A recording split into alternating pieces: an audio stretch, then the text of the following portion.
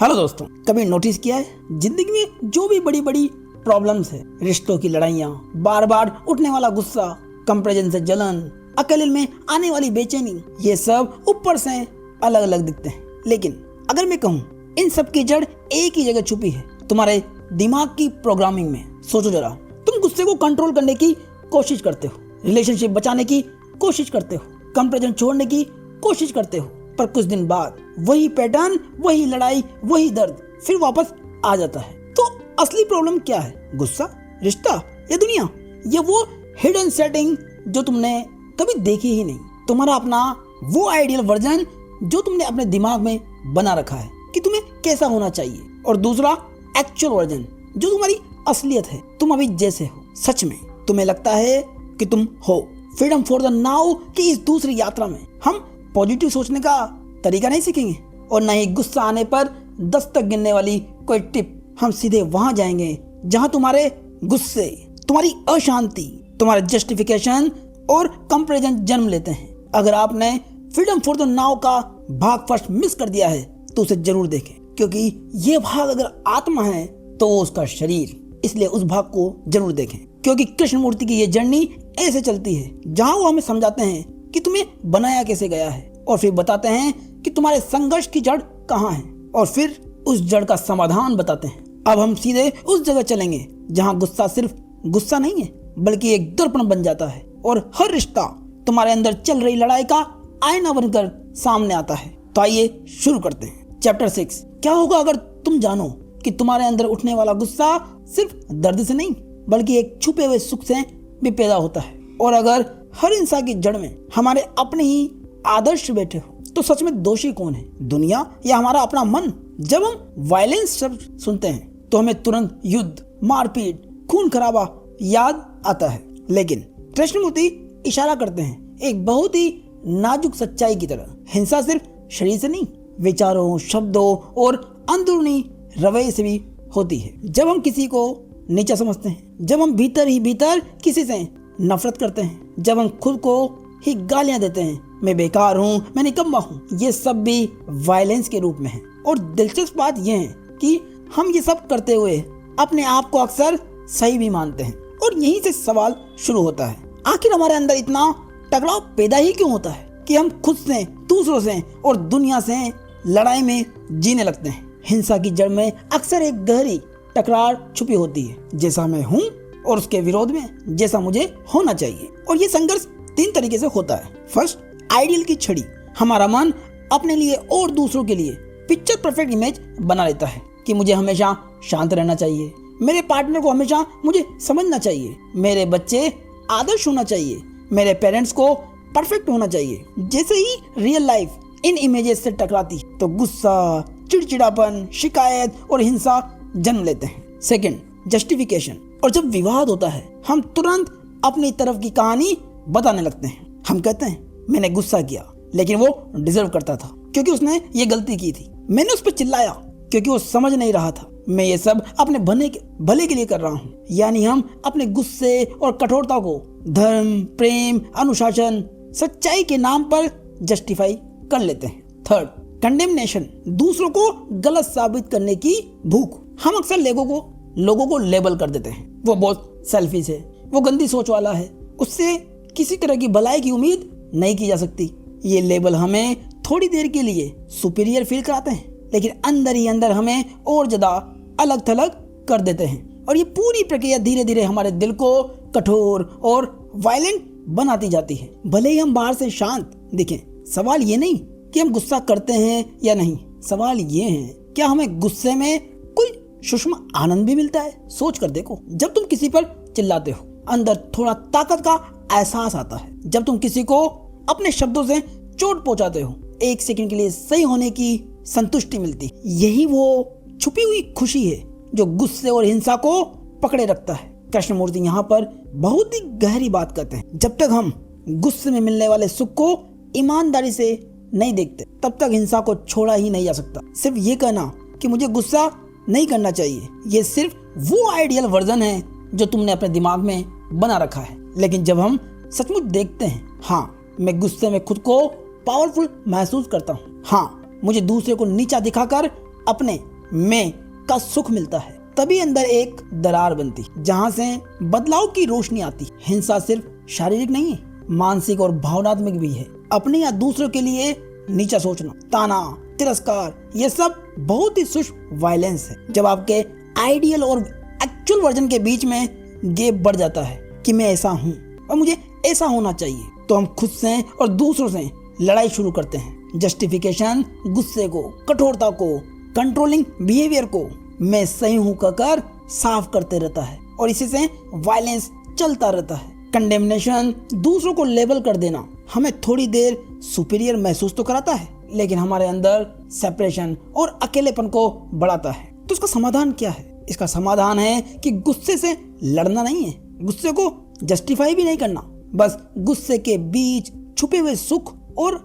Ideal को ईमानदारी से देखना है। जब मन ये देखने लगता है कि मैं आइडियल बना रहा हूँ और फिर उसी से लड़ भी रहा हूँ, तो धीरे धीरे भीतर की आंतरिक हिस्सा की हिंसा की पकड़ ढीली होने लगती। और ये होता है सिर्फ देखने मात्र से। एक चैलेंज आपके लिए, आज किसी एक मोमेंट को पकड़िए जहां तुम्हें गुस्सा है, चाहे ऑनलाइन कमेंट पढ़कर या घर या ऑफिस की किसी बात पर रिएक्ट करने से पहले बस 5 सेकंड के लिए अंदर से शांति से पूछिए कि अभी मुझे ज्यादा भूख किसकी है, सच्चाई की या जीत की? जवाब पाने के ऊपर जोर मत दीजिए, बस अंदर ही अंदर इस सवाल को महसूस कीजिए। जब अंदर की हिंसा धीरे धीरे दिखने लगती है, तब अगला बड़ा सवाल उठता है, अगर मैं खुद से, दूसरों से और आदर्शों से लड़ाई में जीत रहा हूँ तो मेरे रिलेशनशिप कैसे होंगे? जानेंगे अगले अध्याय में। चैप्टर 7, अगर हमारे रिश्ते ठीक हो जाए तो क्या हमारी दुनिया अपने आप बदल जाएगी, या सच ये है कि दुनिया जैसी है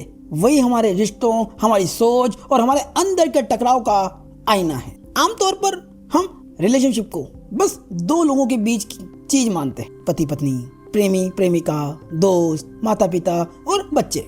लेकिन कृष्णमूर्ति यहाँ इशारा करते हैं कि हर रिश्ता सिर्फ 2 व्यक्तियों के बीच नहीं होता, बल्कि पूरा समाज हमारे रिश्तों के जरिए ही बना है। जिस तरह हम तुलना करते हैं, जिस तरह हम डिपेंड करते हैं, जिस तरह हम डिजायर के पीछे भागते हैं, जिस तरह हम आदर्श की बात करते हैं पर जी कुछ और रहे होते हैं, और यही सब मिलकर सोसाइटी को आकार देते हैं। तो फिर सवाल उठता है, अगर दुनिया में टकराव, गरीबी, नशे की लत, दोहरा चरित्र, तो क्या उसकी जड़ कहीं मेरे और आपके रोजमर्रा के रिश्तों में तो नहीं छुपी है? हम अपने रिश्तों में क्या ढूंढते हैं? सहारा, सुरक्षा, सराहना, प्रेम, अपनापन, ये सब स्वाभाविक, लेकिन अक्सर ये स्वतंत्र प्रेम नहीं बल्कि भीतर की खाली जगह को भरने की कोशिश बन जाते हैं। इसे ऐसे समझते, फर्स्ट डिपेंडेंस। जब हम किसी पर भावनात्मक रूप से इतने निर्भर हो जाते हैं कि उसके बिना अपने को अधूरा मानने लगे तो रिश्ता सहज नहीं रहता, चिपकाव और डर में बदल जाता है। क्योंकि अब आप सोचते हैं वो नहीं रहेगा तो मैं टूट जाऊंगा, वो मुझे छोड़ देगा तो मैं कुछ नहीं रहूंगा। ये डर रिश्ते को प्रेम से ज्यादा कैद बना देता है। Second, comparison. लगातार तुलना करते रहते हैं कि उनका रिश्ता हमसे ज्यादा अच्छा है, उनके पास ज्यादा पैसा है, उनका स्टैंडर्ड हमसे ऊपर है, उसकी पत्नी या पति उससे ज्यादा प्यार करता है या करती है। इस तुलना से हमारे अंदर हीन भावना, जलन और कंपटीशन जन्म लेते हैं, और समाज में यही कंपटीशन और तुलना गरीबी और शोषण का रूप लेती है, जिसमें बहुत से लोग बहुत ऊपर होते हैं और बहुत से लोग बहुत ही नीचे। Third, drugs and escape. जब अंदर की बेचैनी, अकेलापन, रिलेशनशिप की कॉन्फ्लिक्ट बहुत बढ़ जाते हैं तो इंसान किसी न किसी एस्केप की खोज करता है। ड्रग्स, शराब, मनोरंजन, अति से ज्यादा काम, बहुत ज्यादा काम में डूब जाना, या फिर आइडियोलॉजी की विचारधाराएं, ये सब असली समस्या को नहीं बदलते, सिर्फ थोड़ी देर के लिए उसका धुंधला कांच लगा देते हैं। Fourth, ideals and hypocrisy. हम कहते हैं सब इंसान बराबर हैं, हमें करुणा रखनी चाहिए, समाज में न्याय होना चाहिए, सभी को समानता की दृष्टि से देखना चाहिए, लेकिन वास्तविक रूप में हम अपने फायदे के हिसाब से लोगों को जज करते हैं, तुलना करते हैं, उनका उपयोग करते हैं, और यहीं पर गैप है, आइडियल और एक्चुअलिटी का गैप, और जिसे हिपोक्रेसी कहते हैं कि आपकी मान्यताएं तो क्या है और वास्तविकता क्या है। लेकिन असली बदलाव तब आता है जब हम ये समझते हैं कि दुनिया कोई अलग चीज नहीं है, दुनिया हमसे ही बनती, हम ही दुनिया है। जब आप समझते हैं अगर मैं अपने रिश्तों में लगातार कंपेयर कर रहा हूँ तो समाज कंपैरिजन से भरा हो, अगर मैं अंदर डिपेंडेंसी में जी रहा हूँ तो समाज भी ऐसे ही स्ट्रक्चर बनाएगा, जहाँ कुछ लोग ज्यादा पावरफुल होंगे और कुछ हमेशा किसी पर डिपेंड रहेंगे। अगर मैं खुद के साथ ईमानदार नहीं, अपने आदर्शों के विपरीत जी रहा हूँ तो समाज में भी हिपोक्रेसी बढ़ेगी। कह सकते हैं कि कथनी और करनी और, ऊपर ऊपर से अच्छे नारे, अच्छी बातें, अच्छे विचारों का आदान प्रदान, और अंदर से डर और स्वार्थ, शोषण करने की लालसा। कृष्णमूर्ति का संदेश साफ है कि रिश्ते हमारे अंदर की स्थिति का आईना है। जब अंदर स्पष्टता नहीं तो रिश्तों पर धूल छा जाती, और जब अंदर डर और लोभ है तब समाज में वायलेंस और गरीबी बनती है। इसका समाधान कोई सिस्टम नहीं है, इसके लिए आपको अपने भीतर देखना हो। हम अक्सर सोचते हैं कि समाज बहुत बड़ा विषय है, लेकिन समाज वास्तव में रिश्तों का ही बड़ा रूप है। हम अपने घर, दोस्तों, प्रेम और दफ्तर में जैसे व्यवहार करते हैं, वही पैटर्न्स बड़े स्तर पर समाज में दिखाई देते हैं। अगर घरों में गुस्सा और कंपैरिजन है तो बाहर भी कंपटीशन और टकराव होगा। अगर परिवारों में सम्मान और समझ है तो समाज भी वैसा ही बने। यानी समाज बदलने की शुरुआत किताबों या बहसों से नहीं, हमारे रिश्तों से होती है। हम जिस तरह एक इंसान के साथ पेश आते हैं, यही पैटर्न पूरी मानवता के लिए दोहराते हैं। इसलिए रिश्तों को हील करना, समाज के माइक्रोसॉफ्ट वर्जन को सुधारना है। रिश्ते तब सुंदर होते हैं जब वो प्यार, सम्मान और समझ पर टिके हो। लेकिन जब रिश्ता जरूरत बन जाता है कि इसके बिना मैं अधूरा हूँ, मुझे कोई चाहिए जो मुझे पूरा करे, तब रिश्ते बोझ बन जाते हैं। ऐसा रिश्ता अंदर के खालीपन से भागने का तरीका बन जाता है, और यहीं से स्वामित्व और जलन और दर्द शुरू हो जाता है। क्योंकि डिपेंडेंसी में प्यार नहीं होता, बस इनसिक्योरिटी होती। व्यक्ति दूसरे इंसान को प्यार से नहीं, डर से पकड़ कर रखता, और जहाँ डर है वहाँ टकराव निश्चित है। अच्छे रिश्ते तब बनते हैं जब दोनों लोग पूरे हो, न कि जब दोनों एक दूसरे की कमी भरने के लिए साथ में हो। जब तुलना होती है तो दो ही परिणाम निकल, कोई ऊपर तो कोई नीचे। तुलना का अर्थ ही है मैं उससे बेहतर या उससे बदतर हूँ। ये पैटर्न सिर्फ किसी एक व्यक्ति में नहीं, समाज में भी दोहराया जाता है। लोग, परिवार, स्कूल, कंपनियां, देश सब कंपैरिजन में फिसल जाते हैं, और इसी कंपैरिजन से कंपटीशन जन्म लेता है। और कंपटीशन जितना बड़ा है उतनी ही असंतुष्टि, ईर्ष्या और असमानता भी उतनी बढ़ती जाती है। समाज में आर्थिक असमानता, इनजस्टिफिकेशन, अमीरी गरीबी का अंतर, ये सब कंपैरिजन के माइंडसेट का व्यापक रूप है। तुलना का अंत ही सामाजिक शांति की शुरुआत है। शराब, अत्यधिक मनोरंजन, लगातार फोन, ये सिर्फ आदतें नहीं है, अक्सर अंदर के दर्द से भागने के तरीके होते हैं। इंसान इन चीजों में इसलिए नहीं फंसता कि उसे वो बहुत पसंद है, बल्कि इसलिए क्योंकि बिना इनके उसे अपने अकेलेपन, दर्द, खालीपन या इनर कॉन्फ्लिक्ट महसूस होता है। इसलिए एडिक्शन सिर्फ नैतिक गलती नहीं है, ये एक भीतरी असंतुलन के लक्षण है। लत को खत्म करने के लिए व्यक्ति को यह समझना पड़ता है कि वह किस दर से भाग रहा है। लक्षण से डरना नहीं, जड़ को समझना ही असली हीलिंग है। कई लोग अपने व्यवहार से ज्यादा अपनी आदर्शवादी छवि पर ध्यान देते। वे ऊंचे सिद्धांत और अच्छी बातें तो करते हैं, लेकिन अपनी जिंदगी में उन्हें जी नहीं पाते, उन्हें लागू नहीं कर पाते, और इसी कारण उनके अंदर अपराध बोध बनता है। क्योंकि दिमाग जानता है कि मैं वो नहीं हूँ जो मैं दिखाने की कोशिश कर रहा हूँ। जब आदर्श सिर्फ बातों में हो और जीवन में न हो तो पाखंड पैदा हो। समाज में दिखावा और अंदर की सच्चाई अलग। समाधान अधिक आदर्श जोड़ने में नहीं है, बल्कि ईमानदारी से ये देखने में है कि मैं अभी क्या हूँ और सच्चाई क्या है। सच में बदलाव तभी शुरू होता है जब व्यक्ति वास्तविकता स्वीकार करता है, न कि परफेक्ट दिखने का अभिनय करता है। एक चैलेंज आपके लिए, आज एक दिन के लिए बस इतना करिए, जहाँ जहाँ तुम लोगों से या खुद से कंपैरिजन करते पकड़े जाओ, हल्का सा ठहरिए, अंदर ही अंदर अपने से पूछिए कि मैं अभी किससे कंपेयर कर रहा हूँ और क्यों, और कोई जजमेंट मत दो, बस देखो। यही देखना अगले बदलाव की शुरुआत है। जब हम समझने लगते हैं कि हमारे रिश्ते, हमारी डिपेंडेंस, हमारी तुलना और हमारे आदर्श कैसे पूरे समाज को आकार करते हैं, तब अगला सवाल उठता है, क्या इस सब के बीच सच में फ्रीडम संभव है? और अगर है तो क्या वो रिवोल्ट है, अकेलापन है, या कोई बिल्कुल अलग इनर इनोशंस? जानेंगे अगले अध्याय में। Chapter 8, freedom. क्या सच में फ्रीडम का मतलब है सबसे दूर भाग जाना, सबको छोड़ देना, या असली आजादी ये है कि हम जहाँ हैं जैसे हैं वहीं अपने आप के साथ ईमानदारी से जी सकें, बिना भागे, बिना ढोंग किए, बिना नकाब के। जब हम फ्रीडम शब्द सुनते हैं तो दिमाग में क्या आता है?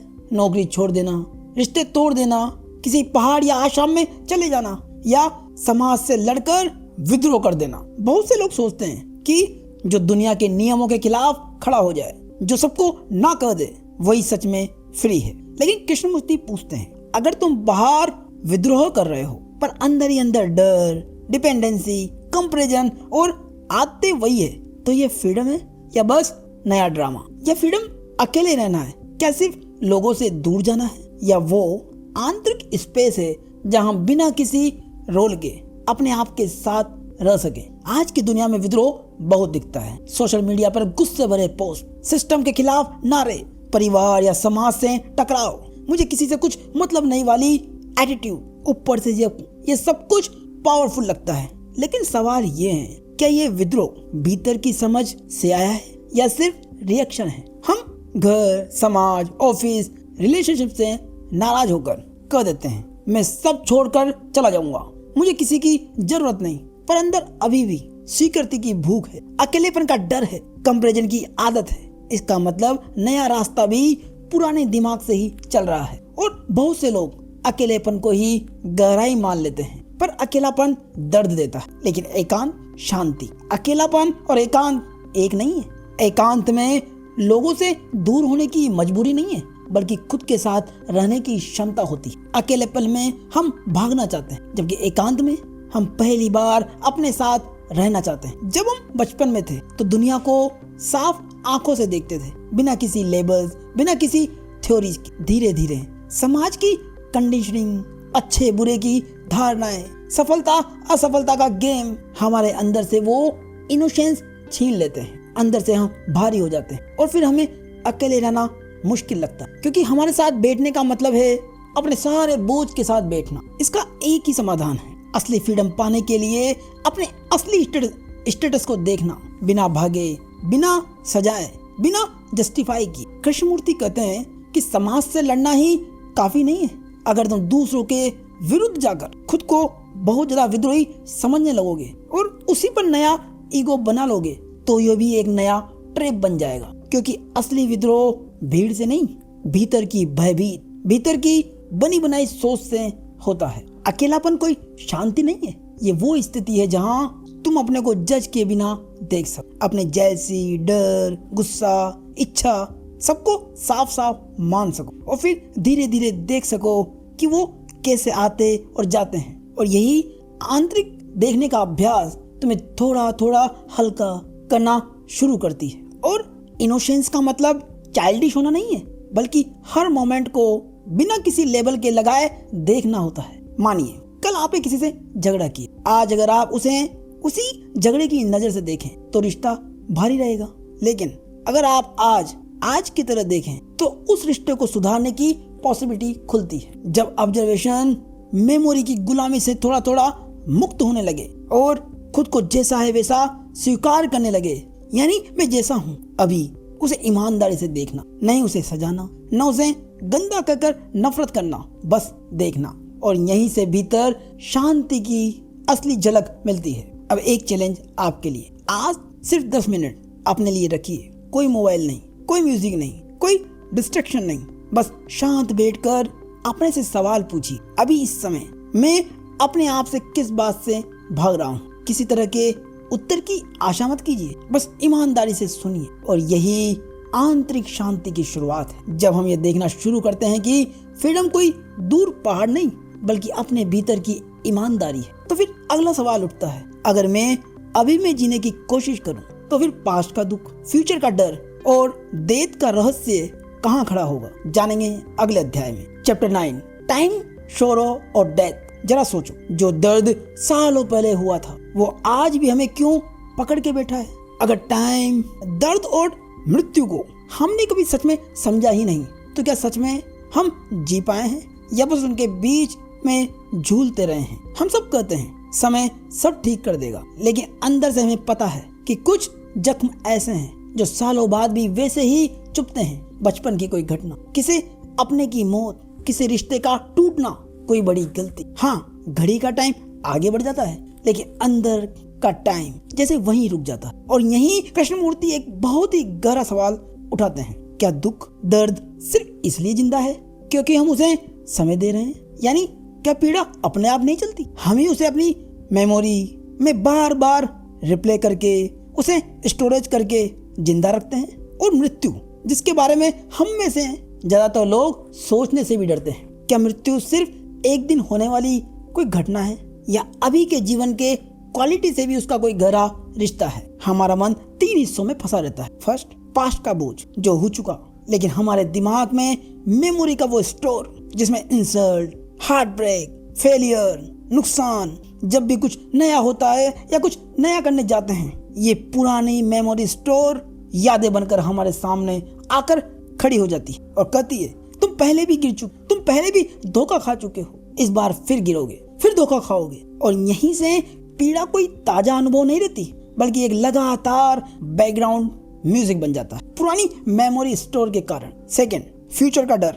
हम ये भी सोचते रहते हैं, अगर फिर से ऐसा हो गया तो, अगर मैं फिर से अकेला रह गया तो, अगर मैंने सब कुछ खो दिया तो। फ्यूचर अभी आया ही नहीं, पर दिमाग पहले से काल्पनिक धारणाएं बना लेता है। यानी हम 2 तरह से पिसते हैं, पीछे का दर्द और आगे का डर, और बीच में जो आज का प्रेजेंट है, जहाँ जीवन वास्तव में घटता है, वो हमसे छूटता चला जाता है। थर्ड, मृत्यु का भय। मृत्यु का डर सिर्फ शरीर के खत्म होने का डर नहीं है, ये और ज्यादा गहरा है। मेरे बनाए रिश्ते खत्म हो गए तो, मेरी पहचान खत्म हो गई तो, मेरी अचीवमेंट खत्म हो गई तो, मेरी यादें खत्म हो गई तो। मृत्यु हमें इसलिए डराती है क्योंकि उसके होने न होने के बारे में हमें कुछ पता नहीं होता, और इसी कारण हमारा दिमाग उसे पकड़कर अपनी सिक्योरिटी बनाता है। इसके लिए कृष्णमूर्ति साइकोलॉजिकल टाइम को पहचानने की बात करते हैं, और टाइम को 2 कैटेगरी में बांटते हैं। फर्स्ट, क्लॉक टाइम, सुबह 8 बजे उठना, 10 बजे ऑफिस जाना, ट्रेन, मीटिंग, फ्लाइट का टाइम टेबल बनाना, ये प्रैक्टिकल टाइम है, इसमें कोई समस्या नहीं है। और सेकंड, साइकोलॉजिकल टाइम, ये वो टाइम है जो दिमाग अपने अंदर बनाता है। मैं धीरे धीरे बेटर बनूंगा, एक दिन में दुख से मुक्त हो जाऊंगा, थोड़ा और समय मिले तो मैं अंदर से शांति पालूंगा। ये सारी बातें सुनने में अच्छी लगती है, लेकिन इनके पीछे छुपा होता है, मैं अभी जैसा हूँ वैसा ठीक नहीं हूँ। क्योंकि दिमाग खुद को फ्यूचर के लिए तैयार करता है और आज के दुख को कल तक ढोता रहता है। लेकिन पीड़ा तब खत्म होती है जब हम उसे टाइम देना बंद कर देते हैं। मतलब सीधा साफ, नहीं उसे कल के लिए जस्टिफाई करें और नहीं कल तक उसे संभाले रहने वाला कोई वादा करें, बल्कि अभी और आज में उसे पूरा का पूरा देखें। और मृत्यु को भी अगर हम सिर्फ किसी फ्यूचर इवेंट की तरह देखें तो डर रहेगा, लेकिन अगर हम ये समझें कि हर मोमेंट में किसी न किसी स्तर पर पुराना खत्म हो रहा है, पुरानी सांस जा रही है, पुराने विचार खत्म हो रहे हैं, पुराने इमोशन ढीले पड़ रहे हैं, तो मृत्यु सिर्फ अंत नहीं है, जीवन फ्लो का एक हिस्सा बन जाता है। कृष्णमूर्ति इस अध्याय में हमें यही समझाना चाहते हैं कि हम अक्सर सोचते हैं कि समय के साथ दुख खुद ठीक हो जाएगा, लेकिन सच इसके उलट है।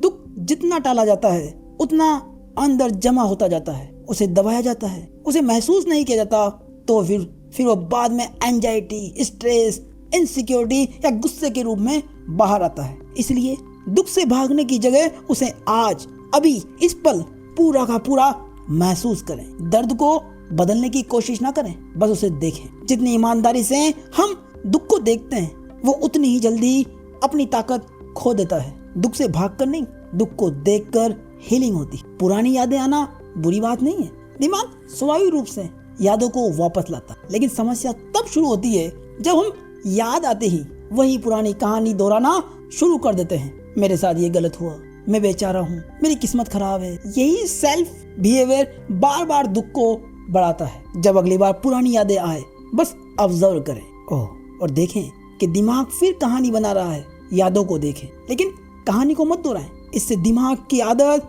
दुख में खुद को फंसाए रखने की धीरे धीरे टूटने लगती है। हम सब जानते हैं कि एक दिन हर इंसान की मृत्यु होगी, लेकिन हम इस सच्चाई से डरकर भागते हैं। मृत्यु से डरने से जीवन संकुचित हो जाता है, लेकिन उसे एक सच्चाई की तरह स्वीकार करना जीवन को गहरा बना देता है। जब मन साफ देखता है कि समय सीमित है, गैर जरूरी शिकायतें, तुलना, ईगो और लोगों को खुश करने की दौड़ में आप कम लगते हैं। जीवन में एक स्पष्टता और एनर्जी आती। समय कम है, इसलिए जो जिंदा है उसे सच और प्यार से जीना चाहिए। मृत्यु को समझने से जीवन की कीमत बढ़ती है। रात को सोने से पहले कुछ सेकंड के लिए दिन की किसी एक बात को छोड़कर प्रैक्टिस करें। कोई रिग्रेट नहीं, कोई दुख नहीं, कोई गिल्ट नहीं। मन में धीरे से कहिए कि आज यही खत्म हुआ। और ये छोटा सा वाक्य मन को ये सिखाता है कि हर बात को पकड़े रहना जरूरी नहीं है। यानी अतीत को ढोते रहने की आदत कमजोर होने लगती है। धीरे धीरे व्यक्ति हल्का महसूस करने लगता है और वर्तमान को ज्यादा जीने लगता है। एक चैलेंज आपके लिए, आज रात सोने से पहले किसी एक दर्द को चुनो जो तुम सालों तक ढो रहे हो। लिखना नहीं है, किसी ने शेयर नहीं करना, बस शांत बैठकर उस दर्द को पूरे शरीर में महसूस करो। फिर अपने आप से धीरे से पूछो, क्या मैं इसे एक दिन के लिए टाइम देना बंद कर सकता हूँ और बस इसे देख सकता हूँ। उस अनुभव को बदलने की कोशिश मत करना, सिर्फ देखना। जब हम टाइम, पीड़ा और मृत्यु को थोड़ा गहराई से समझने लगते हैं तो एक और सवाल उठता है, अगर इतना सब अस्थायी है तो क्या कोई चीज ऐसी है जो सच में प्योर, बिना डर, बिना पकड़, खुद ब खुद बहती रहे? जानेंगे अगले अध्याय में। Chapter 10, love. अगर दुनिया में सबसे ज्यादा प्रयोग करने वाला कोई शब्द है तो वो है लव। पर सच्चाई ये है कि जिस लव का नाम लेकर हम जीते हैं, क्या वो सच में प्रेम है या डर, अकेलापन और आदत की मिली जुली कोई चीज? सोचिए जरा। हम बचपन से लव सुनते आए हैं, परिवार से love, romantic love, self love, ईश्वर से लव। लेकिन अगर तुम अपने जीवन को ईमानदारी से देखो तो क्या साफ समझ पाते हो कि प्रेम है क्या? क्या लव सिर्फ एक स्ट्रॉन्ग फीलिंग है, या किसी के लिए सैक्रिफाइस करना, या सारी उम्र साथ निभाना? कृष्णमूर्ति पूछते हैं, जब हम कहते हैं मैं तुमसे प्यार करता हूँ, तो क्या उस मैं के अंदर डर, अकेलापन, अहंकार, अपेक्षा सब मिलकर नहीं बोल रहे होते? अगर प्रेम में इतना प्रायोरिटी है तो फिर प्रेम के नाम पर इतना दर्द, जलन, झगड़ा और टूटन क्यों होती है? और यहीं से जिज्ञासा शुरू होती, क्या जो मैं प्रेम करता हूँ वो सच में प्रेम है भी, या सिर्फ साइकोलॉजिकल जरूरत का नाम? अब जरा अपने असली जीवन के रिश्तों को देखिए। हम कहते हैं मैं तुम्हें खो नहीं सकता, तुम मेरे हो, अगर तुमने ऐसा किया तो मुझे बहुत दुख होगा। हाँ, ऊपर से ये सब बहुत ही रोमांटिक लग सकता है, पर भीतर क्या चल रहा होता है इसे ऐसे समझते हैं। First, possessiveness and control. हम अक्सर जिसको प्यार करते हैं उसके पीछे एक सूक्ष्म सी डिमांड छुपी होती, तुम मेरी बात मानो, तुम मेरे हिसाब से चलो, तुम मेरी इम्पोर्टेंस दूसरों से ज्यादा रखो। और ये सब देखकर कृष्णमूर्ति पूछते हैं, क्या ये प्रेम है या स्वामित्व जमाने का एक दूसरा रूप? जहाँ कंट्रोल है वहाँ डर भी होगा, जहाँ डर है वहाँ कंपैरिजन और जेलसी भी आएगी। सेकंड, लव और प्लेजर का गड़बड़ सा मिश्रण। जब कोई हमें अटेंशन, केयर, टच या फिजिकल क्लोजनेस देता है तो उसमें प्लेजर होता है, सुकून, बहुत ही अद्भुत सा। लेकिन समस्या तब शुरू होती है जब दिमाग उस आनंद को, उस पल को पकड़कर कहता है बस यही चाहिए, बार बार चाहिए, इसी इंसान से इसी तरीके से चाहिए। और जब ये पैटर्न टूटता है, रिप्लाई लेट आने लगते हैं, अटेंशन कम मिलने लगती है, किसी और को भी टाइम मिलने लगता है, तो हम कहने लगते हैं तुम मेरे प्यार को चोट पहुंचाते हो। और असल में प्लेजर पैटर्न को चोट लगी होती। थर्ड, डिपेंडेंस एंड अकेलापन। बहुत सी बार हम प्यार नहीं, बस हम अपने अकेलेपन को भरने का साधन खोज रहे होते हैं, एक तरह से अकेलेपन से भागने का रास्ता। हम कहते हैं तुम नहीं हो तो मैं कुछ नहीं हूँ। हाँ, ये लाइन सुनने में रोमांटिक लग सकती है, पर भीतर से कह रही होती है मैं खुद को नहीं झेल पाता, कृपया करके मेरी केयर करो। और ऐसा प्यार दोनों को बांध देता है, ये गिल्ट महसूस कराता है, ये डर में जीता है, और दोनों सोचते हैं कि वे प्रेम में है। और कृष्णमूर्ति यहाँ बहुत ही साफ, सर्जिकल क्लैरिटी के साथ एक एक परत अलग करते हैं। फर्स्ट, डिजायर हमेशा मुझे चाहिए से शुरू होती है। मुझे तुम्हारी जरूरत है, मुझे तुम्हारा साथ चाहिए, मुझे तुम्हारा अटेंशन चाहिए, क्योंकि डिजायर का सेंटर हमेशा मैं होता है, वो लव का सेंटर नहीं होता, वो फ्लो की तरफ बहता है, क्योंकि जहाँ लगातार डिमांड होती है वहाँ प्रेम नहीं होता। सेकंड, जहाँ डर है तुम मुझे छोड़ दोगे, तुम किसी और से अटैच हो जाओगे, वहाँ मन अपनी असुरक्षा दूसरे पर लाद देता है। कृष्णमूर्ति कहते हैं अगर तुम ईमानदारी से देखो तो जेलस होना प्रेम का प्रूफ नहीं है, बस उसकी अनुपस्थिति का संकेत है, क्योंकि जहाँ लव है वहाँ तुलना की जरूरत ही नहीं रहती। थर्ड, लव और थॉट हमेशा पास्ट और फ्यूचर में चलता है। वो याद रखता है किसने क्या कहा, किसने क्या किया, किसने हर्ट किया, और फिर उसी हिसाब से डिसाइड करता है कि किससे कितना प्यार करना चाहिए। लेकिन प्यार कोई कैलकुलेशन नहीं है। जैसे सूरज ये तय नहीं करता कि किस पर रोशनी डालनी है और किस पर नहीं, उसी तरह प्यार भी कोई सिलेक्शन की भाषा नहीं समझता। और जहां पर प्यार को विचार नियंत्रित कर रहे होते हैं वहां प्यार हो ही नहीं सकता। फोर्थ, तो फिर लव क्या है? यहाँ कृष्णमूर्ति इशारा करते हैं प्यार कोई आइडियल नहीं है, तुम्हारी कोई तय धारणा है कि हमें उसके जैसा बनना है। क्योंकि प्यार वो स्पेस है जो तब नेचुरली प्रकट होता है जब दिमाग से डर, अटैचमेंट, पॉजेसिवनेस यानी खोने का डर, तुलना धीरे धीरे गिरने लगते हैं। यानी प्यार कुछ करने से नहीं आता बल्कि बहुत सी चीजें छोड़ने से प्रकट होता है। यहाँ कृष्णमूर्ति ये कहते हैं कि असली प्रेम और नकली प्रेम का फर्क समझना बहुत ही जरूरी है। ज्यादातर लोग जिसे प्रेम समझते हैं वो असल में सिक्योरिटी और कंफर्ट होता है। हम कई बार किसी से प्यार इसलिए नहीं करते कि हम उन्हें सच में प्यार करते हैं, बल्कि इसलिए करते हैं क्योंकि वे हमें सुरक्षा देते हैं, हमारा अकेलापन कम करते हैं और हमें एहसास होता है कि मैं किसी का हूँ, कोई मेरा है, और इसमें भावनाएं सच्ची लगती। लेकिन जड़ में डर, पकड़ और आदत होती है। और जहाँ कंट्रोल, डर और जलन है वहाँ प्रेम हो ही नहीं सकता। अगर किसी रिश्ते में ये चीजें हैं कि मैं तुम्हें खो ही नहीं सकता, तुम सिर्फ मेरे हो, तुमने किसी और से बात क्यों की, तुमने मेरी बात क्यों नहीं मानी, मुझे ये पता होना चाहिए कि तुम अभी कहाँ हो, तो वहाँ पर स्वामित्व है, कब्जा है, डर है, लेकिन प्रेम नहीं है। और स्वामित्व कभी नहीं चाहता कि वो व्यक्ति आपसे दूर हो। लेकिन जब प्रेम होता है वहाँ कभी स्वामित्व नहीं होता। प्रेम में नियंत्रण करने की चाह नहीं होती। प्रेम ये नहीं कहता कि मुझे चाहिए, प्रेम बस तुम हो और अच्छा है कि तुम हो ये कहता है। डिजायर कहता है मुझे तुमसे कुछ चाहिए, प्रेम कहता है तुम्हारा होना ही पर्याप्त है। डिजायर में भूख होती, प्रेम में खुलापन होता है। डिजायर में खुद खुश होने की चाह होती और प्रेम में चाह होती है कि हम दोनों मुक्त रहे।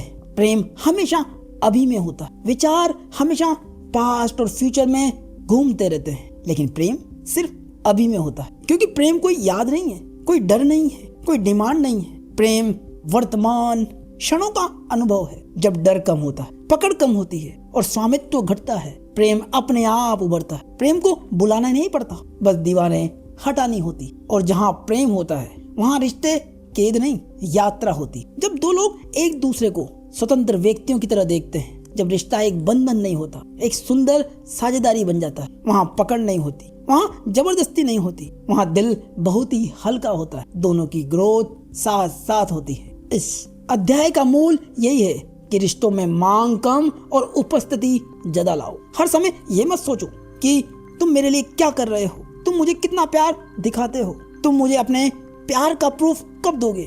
इसके बजाय ऐसा महसूस करो तुम मेरे हो, ये जरूरी नहीं, तुम हो और मैं तुम्हारे होने का सम्मान करता हूँ। यही वाक्य रिश्तों को आजादी देते हैं और स्वामित्व से प्रेम की तरफ ले जाते हैं। एक चैलेंज आपके लिए, आज किसी एक रिश्ते को चुनिए, कोई पार्टनर, दोस्त, पेरेंट्स या कलीग। सोने से पहले 5 मिनट अकेले बैठकर शांत मन से खुद से पूछिए, मैं इस इंसान से ज्यादा लेता क्या हूँ। डिमांड, प्रेजेंस, किसी आंसर की उम्मीद मत कीजिए, किसी तरह का कोई गिल्ट मत बनाइए, सिर्फ ईमानदारी से देखिए। और यही देखने से सच्चे प्यार की शुरुआत होगी। जब प्रेम की क्वालिटी थोड़ी सी भी समझ आने लगती है तो अगला सवाल बनता है, अगर मैं सच में प्रेम, ब्यूटी और लाइफ को समझना चाहता हूँ तो मुझे देखना और सुनना कैसे सीखना होगा, जानेंगे अगले अध्याय में। Chapter 11, to look and to listen.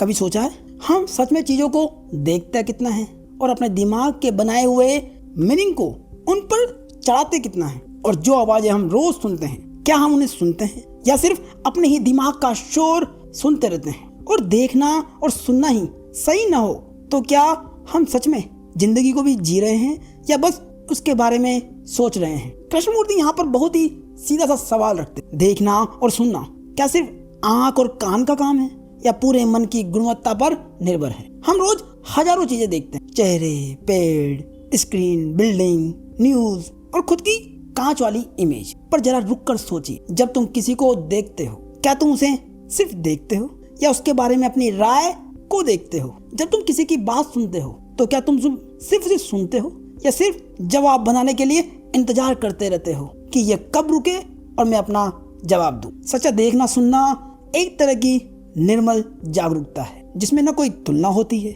न कोई जजमेंट, नहीं तुरंत स्वीकार्यता अस्वीकार्यता। यानी अगर हम देखना और सुनना सीख जाएं तो शायद हम जिंदगी को किसी थ्योरी से नहीं, सीधे अनुभव से समझने का मौका मिल सकता है। लेकिन प्रैक्टिकली क्या होता है, इसे 4 तरीके से समझते हैं। First, labels. मान लो कोई आदमी तुम्हारे सामने आता है और तुम्हारा दिमाग तुरंत बोल उठता है, ये तो बहुत रूड है, ये तो अमीर है या गरीब है, ये मेरे धर्म का नहीं है। अब तुम उसे नहीं देख रहे, तुम अपनी कंडीशनिंग देख रहे हो। Second, listening. कोई कुछ बोल रहा होता है और दिमाग उसी समय अपना बचाव तैयार कर रहा होता है, एक तरह से काउंटर आर्गुमेंट सोच रहा होता है या अपनी ही कहानी फिट कर रहा होता है। ऐसे में हम सुन कहाँ रहे हैं, हम तो बस अपने मैं को कंफर्म करने का मौका ढूंढ रहे होते हैं। Third, images. हम हर चीज की इमेजेस बनाकर जीते हैं। अपने बारे में इमेज कि मैं ऐसा हूँ वैसा हूँ, दूसरे के बारे में इमेज, ये हमेशा ऐसा करता है। भगवान, सक्सेस, लव, सबका एक मेंटल इमेज हमारे दिमाग में होता है। समस्या ये है कि जब इमेज बन जाती है तो हम उस चीज को देखना बंद कर देते हैं, और सबसे ज्यादा दर्द रिलेशनशिप में होता है, जहां हम पार्टनर से नहीं, उसकी इमेज से लड़ते झगड़ते रहते हैं। Fourth, austerity. बहुत से लोग सोचते हैं धार्मिक जीवन का मतलब सादा कपड़े, कम खाना, खुद को कठिन साधना में रखना, खुशियों से दूर भागना, और कृष्णमूर्ति इसे एक तरह की हिंसा मानते हैं, क्योंकि जब हम खुद को जबरदस्ती किसी चीज को मानने का प्रयास करते हैं, अपनी भावनाओं को दबाते हैं, किसी चीज को जानते हुए भी नकारते हैं, तो ये अंदर तनाव और दुख का कारण बनता है और ये गहरा हो जाता है। तो फिर सही तरीके से देखने और सुनने की कला क्या है? इसी पर कृष्णमूर्ति कहते हैं कि सच्चा देखना क्या है। जब तुम किसी पेड़ को देखते हो और एक पल के लिए पेड़ शब्द भी नहीं आता, सिर्फ उसकी हरियाली, आकार, उसकी रेखाएं, छाया दिखती है। जब तुम किसी इंसान को देखते हो तो उसे किसी पास्ट से नहीं जोड़ते, उसे किसी खुशी या दर्द से नहीं जोड़ते, बस उस व्यक्ति को देखकर एक क्षण के लिए शांत हो जाते हो और तुम बस उसे जैसा वो है अभी देखते हो। तो दिमाग जज नहीं कर रहा, बस देख रहा है, और इस सच्चे देखने भर से सच्ची खूबसूरती प्रकट होती है, क्योंकि तुम अब रियलिटी से सीधे कनेक्ट हो।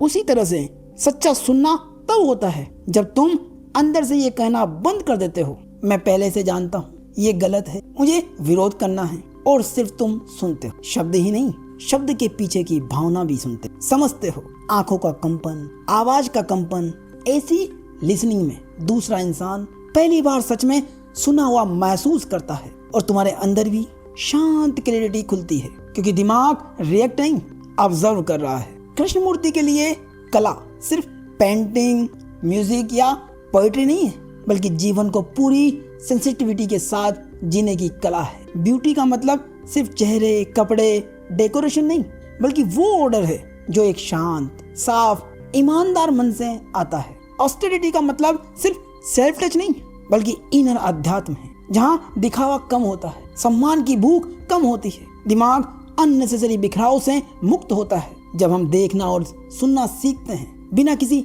इमेज के, तो हमारे अंदर एक साइकोलॉजिकली स्पेस खुलने लगता है, जहाँ समस्या को उसका पूरा रूप दिखने लगता है, जहाँ हम खुद को सिर्फ लेवल से नहीं, एक लिविंग प्रोसेस की तरह देख पाते हैं। इस स्पेस में पुरानी समस्या धीरे धीरे अपनी पकड़ खो देती, क्योंकि उन्हें फ्यूल देने वाला रिएक्शन कम हो जाता है। हर दिन कुछ मिनट ऐसे बिताओ जहाँ कोई फोन, कोई शोर, कोई काम, कोई तुलना ना हो, बस ऑब्जर्व करो। पेड़ों को देखो, हवा को महसूस करो, लोगों के चेहरों को देखो, अपनी सांसों को देखो। कुछ एनालाइज मत करो, बस नोटिस करो। और जब कोई इंसान बात कर रहा हो तो कुछ सेकंड के लिए एक छोटा निर्णय लो, अभी मैं जवाब सोचने के लिए नहीं सुनूंगा, सिर्फ सुनूंगा। इससे बातचीत का अनुभव बदल जाता है और आप सचमुच सुनना सीखने लगते हो। एक चैलेंज आपके लिए, आज सिर्फ 5 मिनट निकालिए, किसी एक जगह बैठकर एक चीज चुनिए, कोई पेड़, कोई दीवार, चेहरा या आवाज, उसे बिना नाम दिए, बिना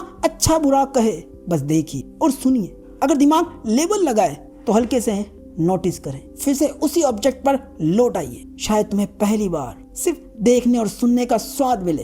अब जरा 1 सेकंड रुककर सोचिए, इतना सफर हमने साथ तय किया। Conditioning, fair, anger, relationship, freedom, time, death, love, look and listen. और एक बात शायद अब पहली बार साफ नजर आई, जिंदगी कभी बाहर नहीं बदलती, पहले अंदर बदलती। हम जिस क्लैरिटी, शांति, कनेक्शन और प्रेम को तलाशते हैं वो दुनिया की भीड़ में नहीं, हमारे अपने अंदर ही दबी पड़ी है। और जब देखने का तरीका बदलता है, जिंदगी बदलती बिना जिंदगी को जबरदस्ती बदले। लेकिन अब असली सवाल यहीं से शुरू होता है कि अगर इतना सब दिमाग की लेयर्स है तो उसके पार क्या है? क्या कोई ऐसी स्टेट है जहाँ डर नहीं, चाह नहीं, तुलना नहीं और सुरक्षा की खोज भी नहीं? क्या कोई ऐसा अनुभव संभव है जहाँ इंसान दुनिया में रहे पर उसके बोझ तले न दबे, या मस्तिष्क के शोर के पार कुछ ऐसा है जो बिना शब्दों, बिना विचारों, सिर्फ चुपचाप जीता है? कृष्णमूर्ति कहते हैं, अगर तुम पूरी तरह स्पष्ट हो जाओ, पूरी तरह शांत, तो कुछ ऐसा प्रकट होता है जिसे नाम देना लगभग असंभव है। ध्यान, शांति और पवित्रता। और यही इस किताब का सबसे गहरा, सबसे रहस्यमय, सबसे जीवन परिवर्तनकारी हिस्सा है, जिसे हम अगली बार छुएंगे। तो तैयार रहिए फ्रीडम फॉर द नाउ के तीसरे भाग के लिए। वो तुम्हारी अब तक की सबसे गहरी आंतरिक यात्रा होगी। और दोस्तों, ये वीडियो पसंद आया हो तो लाइक करें, कमेंट करें, चैनल को सब्सक्राइब करें और हाई बटन पर क्लिक करें। धन्यवाद।